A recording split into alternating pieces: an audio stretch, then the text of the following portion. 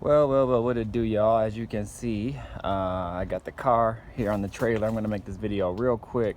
It's a little bit windy here as well, so hopefully you guys can see me, or hear me, excuse me. Still in Vegas, sun's out. It's about 100 degrees or plus right now. That's another reason why I'm gonna make this video quick. But as you can see on the ground, looks like an intertwined pile of mess. That is my serpentine belt. Yeah, and it is shredded to crap. So basically, I was driving home last night, me and my girl. We were out cruising the strip, and we got about a mile from her friend's house where we're staying, and all of a sudden, crazy noise under the hood. Ended up being this belt totally shredded. I can't pop the hood to show you guys. There's really nothing to show anyway, but a bunch of black rubber that basically sprayed all over the motor because this was spinning on the pulleys and stuff like that. But hopefully nothing's damaged because I haven't really been able to inspect it. Only this shredded belt here. But basically what it came to is my thought is I had this one long belt running everything, the Procharger with the new AC setup and everything, and from what I think happened is it was just too much for the belt to handle, too many accessories running on a single belt driven system, and that's what happened. So doing more research, and I actually reached out to a guy who owns Brute Speed. His name is Bob down there. I think he's in Pennsylvania, somewhere in the Midwest.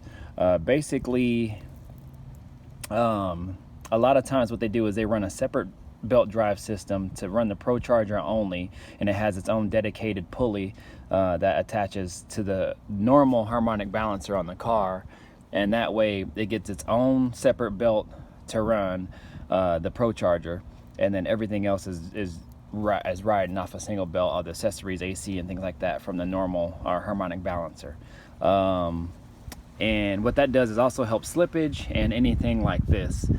So I think what happened is it actually happened when the AC compressor turned on, and I think what happened was when the clutch engaged, it created a different type of load on the belt, and with everything else running on the belt, including the Procharger, because when the Procharger gets into high RPMs, it wants to spin faster and create more boost, putting even more load and pressure on this belt, and I think it just too much for it, and it snapped. So let me flip this camera around, yo.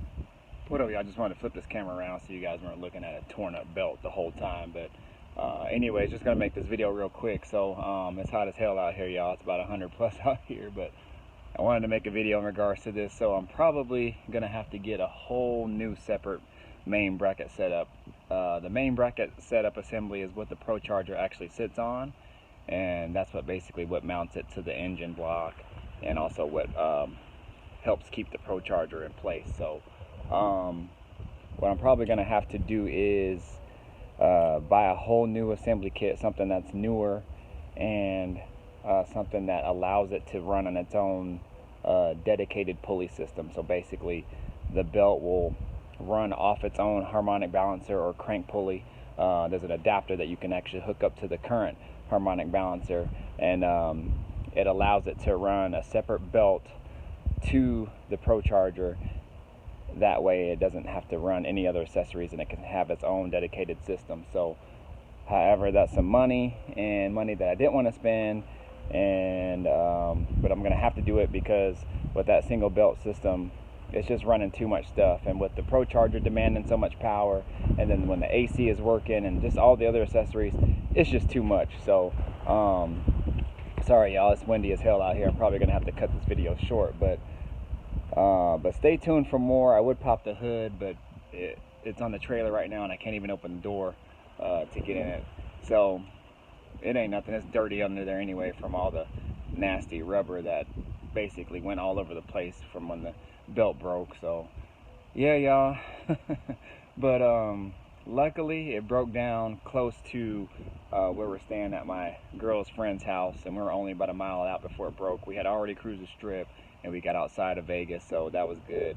And luckily we had a trailer, so we could already just put it on the trailer and come home. So anyways, that's pretty much it, y'all. I was still able to actually drive it up on the trailer, just because the belt only runs the like the water pump and all that stuff. So I was still able to kind of drive it up on there. So I just drove it really quick up on the trailer and just called it good. So but stay tuned for more, y'all. More to come on this.